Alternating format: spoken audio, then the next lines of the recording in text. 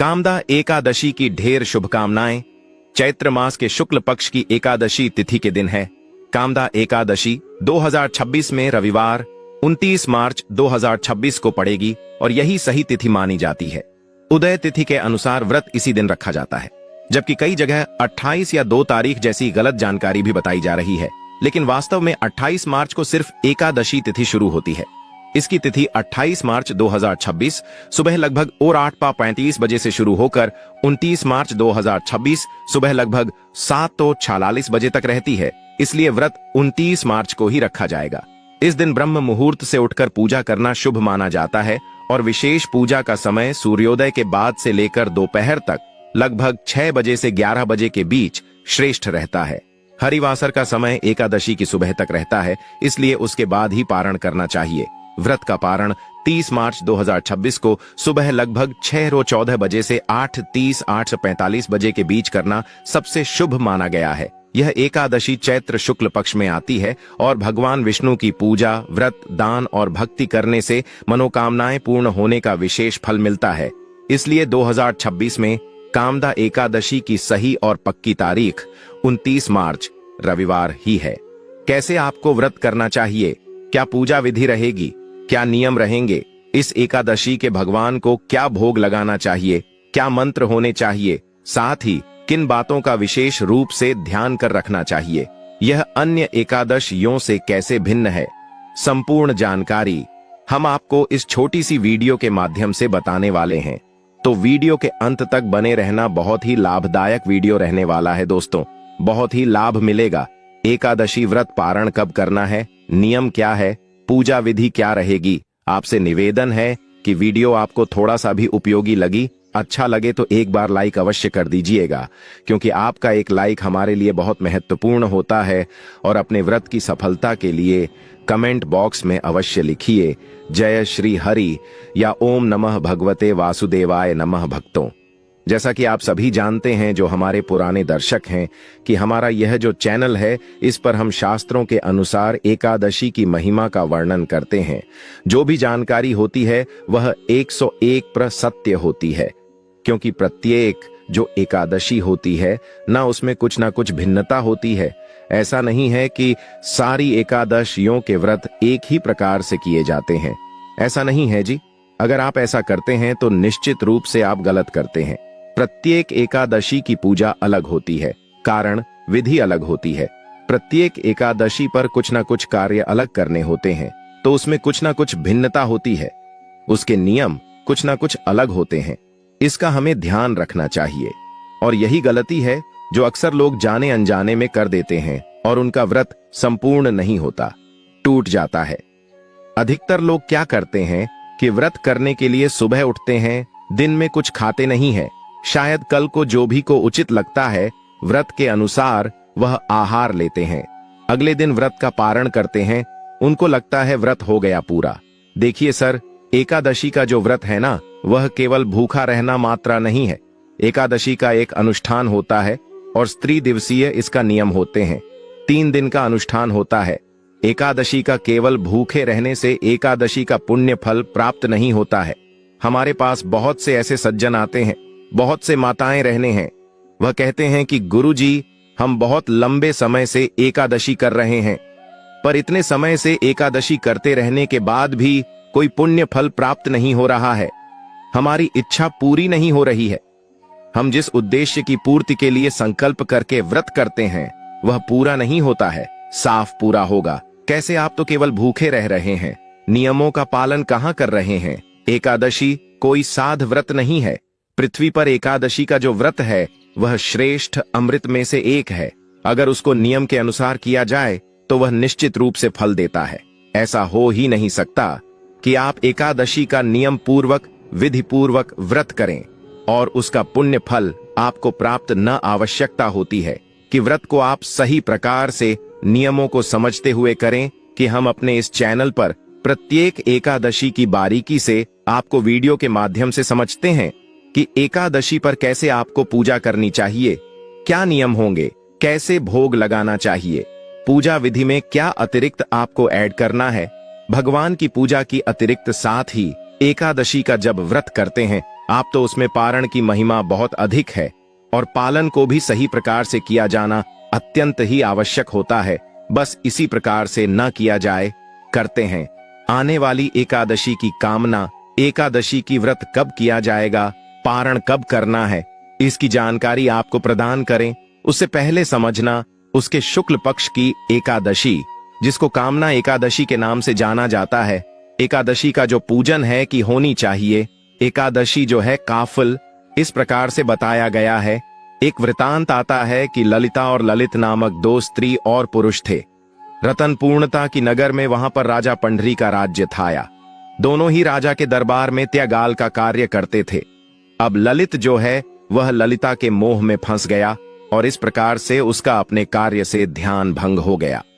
इस राजा ने अपना अपमान समझकर उसे श्राप दे दिया कि वह अक्षत योनि में चला जाए और वह राक्षस बन गया। राक्षस बन जाने के कारण अब वह घर पीड़ा सहने लगा और भारी संकटों से गिर गया।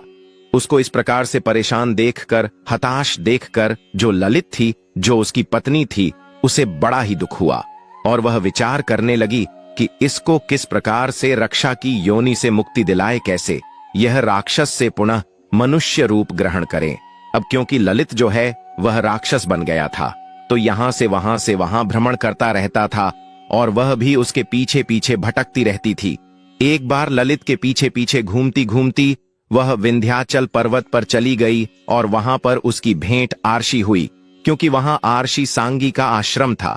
आर्षि सांगी ने वहां जब ललित को दिखा तो उससे प्रार्थना की कि प्रभु, इस प्रकार से मेरे पति को श्राप लगा और वह राक्षस बन के कष्ट भोग रहा है। आर्षि श्रृंगी ने सर्वप्रथम ललित को यह व्रत बताया था कि चैत्र मास के शुक्ल पक्ष की कर्मदाता एकादशी के दिन सुबह जल्दी उठना, उठकर स्नान आदि करके व्रत का संकल्प करना और संकल्प में भगवान से निवेदन करना कि वह तुम्हारे पति को इस एकादशी के पुण्य के प्रभाव से विश्वास योनि से मुक्त करें और विधि विधान से भगवान का पूजन करना, 5 उपचार से भगवान का पूजन करना और गले की बर्फी का भगवान को भोग लगाना, कथा पढ़ने और सायंकाल को कीर्तन करते हुए, रात्रि को जागरण करते हुए समय व्यतीत करना और अगले दिन द्वादशी में इस व्रत का पारण करना। इस व्रत के पुण्य प्रभाव से जैसे ही तुम्हारा व्रत पूर्ण होगा, पारण के बाद तुम्हारे पति को अवश्य ही इस राक्षस योनि से मुक्ति मिल जाएगी। तो जैसे ही यह एकादशी आई, ललित ने आर्षि संगी के द्वारा बताए गए विधान से इसका व्रत किया और व्रत का जैसे ही पारण किया और उसने अपना इस व्रत का प्राप्त सारा पुण्य अपने पति को दान दिया। उसे पुण्य के प्रभाव से तुरंत ही वह राक्षस योनि से छूटकर पुनः सुंदर मनुष्य रूप में आ गया। इतना ही नहीं, उसके बाद वह सभी ऐश्वर्या को भोगता हुआ वह दोनों विमान में बैठकर स्वर्गलोक को चले गए।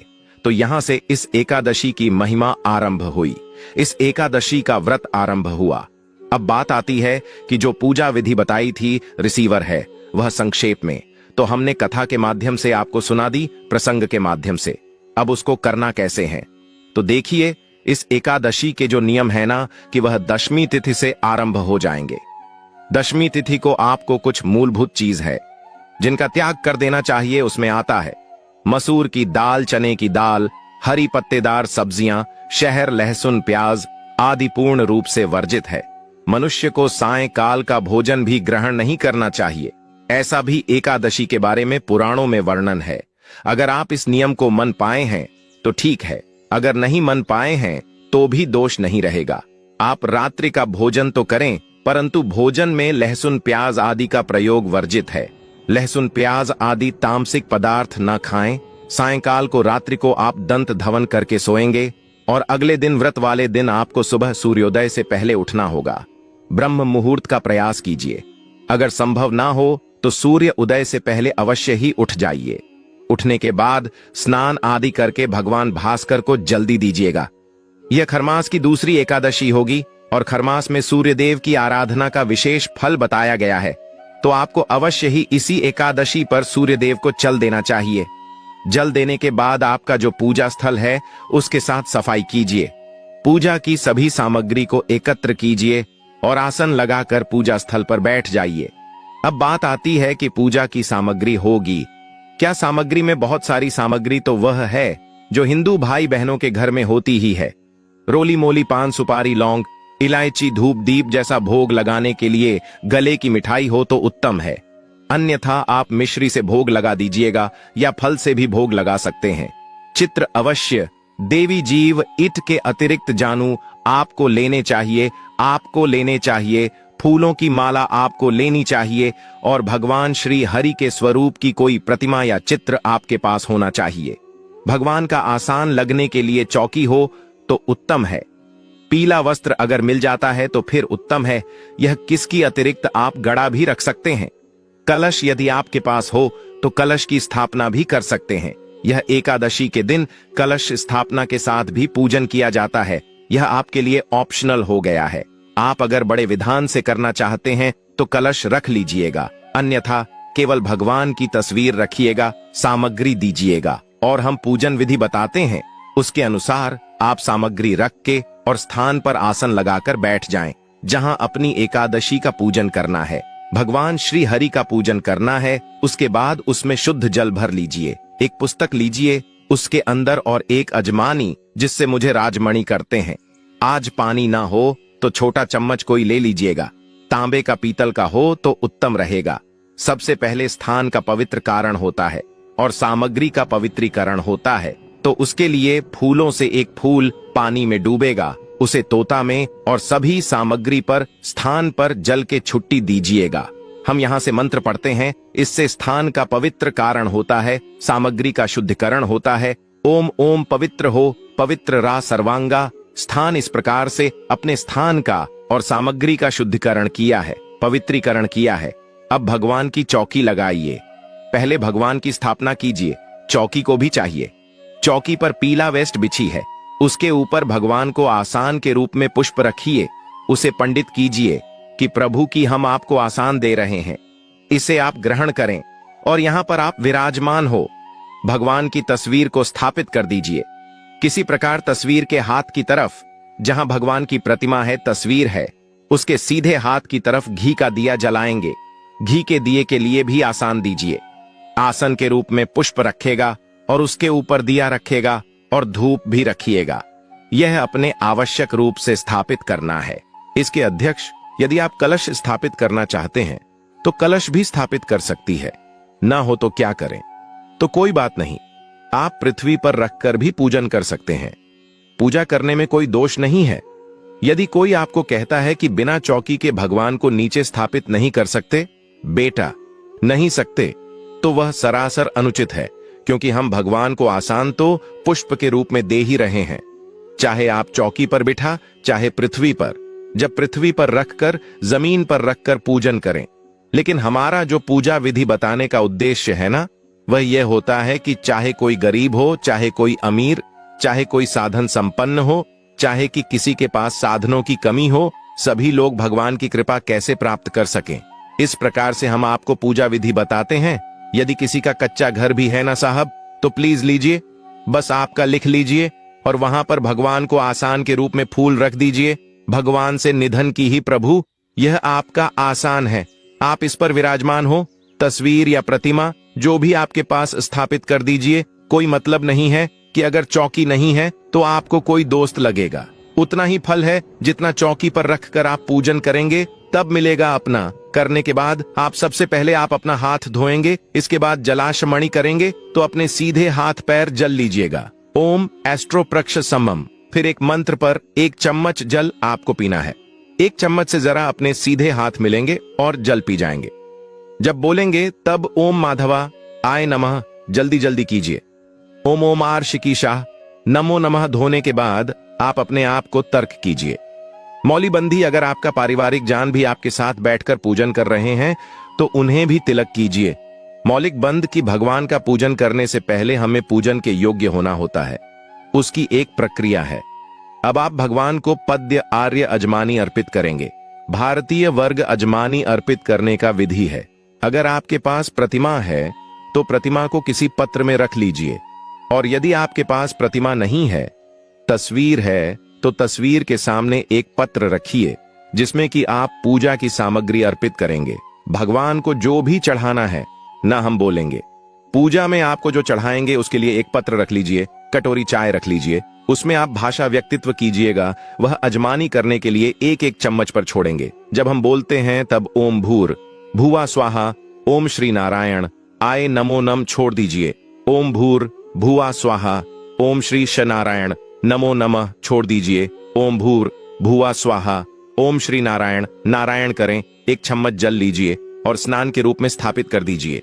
जो तस्वीर पर पूजन कर रहे हैं वह ऐसे जल छोड़िए, और जो प्रतिमा पर पूजन कर रहे हैं वह प्रतिमा को डाल सकते हैं। जल से ओम भूर भुवा स्वाहा ओम पंचम राम ही पंचामृत करेंगे। पंचामृत से भगवान को स्नान करेंगे। अच्छा, दूध दही घी शहद और शक्कर, इसमें शहर क्योंकि एकादशी पर वर्जित होता है, इसीलिए इसके स्थान पर आप गंगा जल मिल लीजिएगा। यह 5 चीज हैं जो पंचामृत आपको इस एकादशी पर बनाना है। पंचामृत संस्थान करने के लिए जो तस्वीर पर पूजन कर रहे हैं वह फूल पर पंचांग लगाइए और वह फूल अर्पित कीजिएगा। स्नान करने के बाद भगवान को वस्त्र आप पकड़ाई संगीत भूर भुवा स्वाहा श्री नारायण आय नमो नमः वसम समर प्यारी कीजिए। वस्त्रम उपवास राम यज्ञ करेंगे। भगवान को जानू, आपको हमने बोला था लेने के लिए जानू, आपने ली होगी तो जानू लीजिए, उसे पैरोल लगा लीजिए और वह जानू भगवान पर भी कीजिए। ओम भूर भुवा स्वाहा श्री नारायण आय नमो नमः के लिए पुष्प पर या हुई पर इतरा लगाइए और वह भगवान को अर्पित कर दीजिए। ओम भूर भुवा स्वाहा श्री नारायण नमः ओम मित्रम समर प्रेमी अर्पित करने के बाद भगवान को तिलक करेंगे। तिलक करने के लिए डोली कुमकुम का तिलक करेंगे। भगवान को प्रेम से तिलक कीजिएगा। ओम भूर भुवा स्वाहा श्री नारायण आय नमो नमः लगाइए। भगवान को तिलक लगाने के बाद कुछ पारित करेंगे। माना है फूलों की, तो फूलों की माला भगवान पारित कीजिएगा। ओम भूर भुवा स्वाहा ओम श्री नारायण नमो नमः पुष्पम समर प्यारी परम गुरु माला अर्पण कीजिए। माला पहनने के बाद धूप अंदर से हमें दीपम दशम ओम भूर भुवा स्वाहा ओम श्री नारायण नमो नमः दिखाइए और दीप दिखाइए। भगवान को दीप दिखाने के बाद अर्पित करेंगे। नमो नमः के रूप में आपके पास यदि नारियल की बर्फी है, नारियल की मिठाई है तो वह भगवान पर कीजिए, बहुत उत्तम रहेगा। भगवान को ओम भूर भुवा स्वाहा श्री नारायण नारायण को तांबूल अर्पित करेंगे। तांबूल क्या होता है? पान के पत्ते होते हैं, उन्हें ही तांबूल बोलते हैं। तो पान के पत्ते 7 की मात्रा में श्री हरि विष्णु को अर्पित करेंगे। दक्षिण के रूप में 1 रुपए का सिक्का या उससे अधिक अर्पित करेंगे। करनी है भगवान को अर्पित कीजिए और हाथ जोड़कर भगवान से प्रार्थना कीजिए कि प्रभु आज के दिन हम यह कामना एकादशी का पूजन कर रहे हैं, व्रत कर रहे हैं, हम इसे सफलतापूर्वक कर पाए कि हमें शक्ति दीजिए। इस प्रकार भगवान से प्रार्थना करेंगे। यह अपने पूजन किया है। पूजन करने के बाद आपको कथा श्रवण करनी चाहिए। विष्णु सहस्त्र नाम का पाठ करना चाहिए या सुनना चाहिए। आप नारायण कवच भी इस दिन सुन। यह 3 चीज ऐसी है जो आपको कामदा एकादशी पर शनि चाहिए। यह कथा हम आपको हमारे चैनल पर उपलब्ध करा देंगे, इसलिए हमारे चैनल को जरूर सब्सक्राइब कर लें ताकि जो भी ज्ञानवर्धक जानकारी कथा है जो आपको सीधे माध्यम से प्राप्त हो सके। उसके बाद भगवान की आरती करेंगे। जो भी भोग हमने भगवान के लिए बनाया है वह अर्पित करेंगे और जमीन पर सोकर रात को अर्पित करेंगे या फिर भजन कीर्तन करके आप रात का समय व्यतीत कर सकते हैं। कामदा एकादशी कथा अनुसार मनुष्य अपने सुखों का चिंतन करें। यह बुरा नहीं है, किंतु समय असम में ऐसा चिंतन मनुष्य को उसके कर्तव्य से विमुख कर देता है, जिससे उसे घर कष्ट भोगने पड़ सकते हैं। आपने सुना होगा, एक कथा अनुसार गंधर्व ललित ने भी रक्षा होकर गृहिणी कार्य किया और कष्ट हो गए, किंतु भगवान विष्णु की कथा का कई अंत नहीं है। वह मनुष्य को उसका मनचाहा फल देते हैं, किंतु जब मनुष्य स्वयं कम करें और उसका फल किसी दूसरे को अर्पण करें तो उसका वह कम तब से भी अधिक प्रभावशाली होता है और पुण्य दान करने वाला देव तुल्य हो जाता है। इसलिए प्रत्येक एकादशी का हिंदू धर्म में बहुत ही ज्यादा शुभ महत्व बताया गया है। साल की 24 एकादशी में से यह एकादशी बहुत ही शक्तिशाली एकादशी है। इसलिए जो भी उपाय आपको बताया है उसको हमारे द्वारा बताए हुए नियम द्वारा जरूर ही करें, बहुत ही लाभ देगा। आपको अपने व्रत को सफल करने के लिए देवताओं को लगाएं, इनके बिना अधूरी है। मां लक्ष्मी की पूजा शास्त्रों में बताया गया है कि केवल माता लक्ष्मी की पूजा ना करें बल्कि साथ में भगवान विष्णु की भी पूजा करें। इसीलिए इनको लक्ष्मी नारायण कहा जाता है। अकेले माता लक्ष्मी की पूजा करने से उनकी कृपा प्राप्त नहीं होती, इसलिए मां लक्ष्मी की कृपा प्राप्त करने के लिए माता लक्ष्मी के साथ भगवान विष्णु की भी पूजा करें। इस समय सोने पर नाराज होती हैं। मां लक्ष्मी शास्त्रों व पुराणों में सोने के लिए समय निर्धारित किया गया है। सूर्योदय से पहले जागना और रात्रि के समय सोना सर्वश्रेष्ठ माना गया है। कुछ लोग आलस्य के कारण सूर्योदय और सूर्यास्त के समय सोते रहते हैं, जो कि अनुचित है।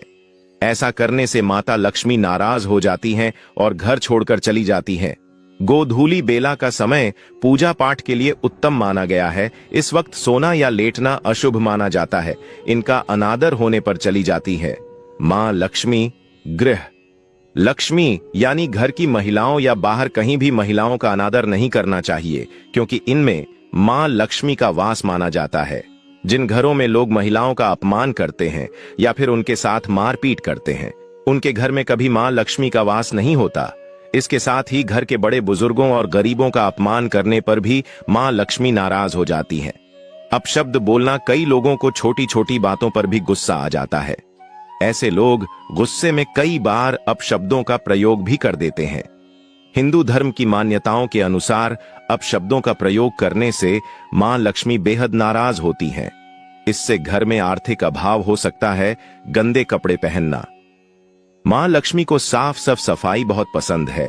गंदे जगहों पर मां लक्ष्मी का वास नहीं होता। वास्तुशास्त्र के मुताबिक जो व्यक्ति गंदे कपड़े पहनता है उस पर माता लक्ष्मी की कृपा नहीं होती। ऐसे लोगों से नाराज होकर मां लक्ष्मी चली जाती है। इसलिए आप हमेशा साफ सुथरे कपड़े ही पहने। दीपक जलाना। हिंदू धर्म में दीपक जलाना बेहद शुभ कार्य माना जाता है। हर व्यक्ति को अपने घर या मंदिर में सुबह शाम दीपक जरूर जलाना चाहिए। पौराणिक मान्यताओं के अनुसार जो लोग घर में दीपक जलाते हैं, माता लक्ष्मी उन पर जल्दी खुश होती हैं और ऐसे लोगों पर हमेशा अपनी कृपा बनाए रखती हैं। ज्यादा सोना, अधिक सोना स्वास्थ्य के लिए हानिकारक होता है। इससे सेहत खराब हो सकती है। लेकिन क्या आप जानते हैं कि हिंदू धर्म की मान्यताओं के अनुसार जो व्यक्ति प्रतिदिन सुबह देर से उठता है और रात में बहुत लेट सोता है, तो उससे मां लक्ष्मी कभी प्रसन्न नहीं होती। इसलिए हमेशा सुबह उठे। अगर संभव हो तो ब्रह्म मुहूर्त में उठे। इससे मां लक्ष्मी बहुत खुश होती है। भोजन बीच में छोड़ने की आदत। शास्त्रों में भोजन करते समय बीच में छोड़कर उठने को अशुभ बताया गया है। कहा जाता है कि भोजन पूरी तरह से करके ही उठना चाहिए, वरना आपकी इस आदत से भी मां लक्ष्मी नाराज हो सकती हैं। इसलिए कभी भी भोजन करते समय बीच में ना उठे। इससे घर में बरकत भी रुक जाती है। इस रंग के फूल ना चढ़ाएं। कहा जाता है कि मां लक्ष्मी को लाल और कमल के फूल बहुत प्रिय हैं, इसलिए उन्हें यही फूल चढ़ाएं। वहीं मां लक्ष्मी को सफेद फूल चढ़ाने से बचे, क्योंकि इससे वह नाराज हो सकती है। क्योंकि मां लक्ष्मी सुहागन है, इसलिए उन्हें सफेद रंग के फूल चढ़ाना वर्जित माना जाता है। नमक। अगर आप भी किसी को नमक हाथ में देते हैं तो ऐसा करने से बचे, क्योंकि ऐसा करना अशुभ माना जाता है। आपकी इस आदत की वजह से मां लक्ष्मी नाराज हो सकती हैं। इसलिए ऐसा करने से बचे और जब भी आपसे कोई नमक मांगे तो उसे हाथ में देने की बजाय किसी बर्तन में रखकर ही दें। इसके अलावा शाम के समय भी किसी को नमक देने से बचे। यह भी अशुभ माना जाता है। रात के समय दूध या दही किसी को ना दें। मान्यताओं के अनुसार रात के समय किसी को दूध या दही देने से बचना चाहिए, क्योंकि इससे मां लक्ष्मी नाराज होती हैं। हालांकि शाम के समय आप इन्हें बाजार से खरीदकर घर ला सकते हैं। झाड़ू उधार न दें। वास्तुशास्त्र के अनुसार माना जाता है कि झाड़ू में मां लक्ष्मी का वास होता है, इसलिए कभी भी झाड़ू का अनादर नहीं करना चाहिए। इसके अलावा अपनी झाड़ू कभी भी किसी को उधार नहीं देनी चाहिए। इससे मां लक्ष्मी आपसे नाराज हो सकती है, जिससे आपको पैसों की कमी का सामना करना पड़ सकता है। सफेद चीज उधार ना दें। शकुन शास्त्र में घर में मौजूद हर एक चीज के शुभ और अशुभ दोनों प्रभावों के बारे में बताया गया है। शकुन शास्त्र के अनुसार सूर्यास्त के बाद अपनी किचन से कभी भी किसी को सफेद चीज उधार नहीं देनी चाहिए, जैसे कि दूध, दही, चीनी और नमक आदि। पत्नी के पैसे उधार ना दें। ज्यादातर महिलाएं अपने पास कुछ पैसे बचा कर रखती हैं ताकि समय आने पर वो उनके काम आ सकें। अगर आपकी पत्नी भी पैसे जमा करती है तो वह पैसे कभी भी किसी को उधार ना दें। इससे मां लक्ष्मी आपसे नाराज हो जाएंगी, जिससे आपकी आर्थिक स्थिति भी खराब हो सकती है। गहने उधार ना दें। वास्तुशास्त्र के अनुसार व्यक्ति को कभी भी अपनी पत्नी के गहने किसी को उधार नहीं देने चाहिए। इससे आपको धन की समस्या हो सकती है। इसके अलावा पति पत्नी के बीच लड़ाई की स्थिति भी बनी रहती है। हालांकि किसी को पहन के लिए आप गहने दे सकते हैं, लेकिन उनके बदले उनसे पैसे या कुछ और चीज ना लें। शाम में झाड़ू ना लगाएं। हिंदू धर्म में झाड़ू को बहुत ज्यादा शुभ माना जाता है, क्योंकि इसमें माता लक्ष्मी का वास होता है। इसलिए अपने घर में झाड़ू को कभी भी इधर उधर नहीं रखना चाहिए। इससे मां लक्ष्मी नाराज हो सकती है। हिंदू शास्त्रों के अनुसार सूर्यास्त के बाद कभी भी घर में झाड़ू नहीं लगानी चाहिए। इससे घर से धन चला जाता है। इसके अलावा आपकी आर्थिक स्थिति भी कमजोर होने लगती है।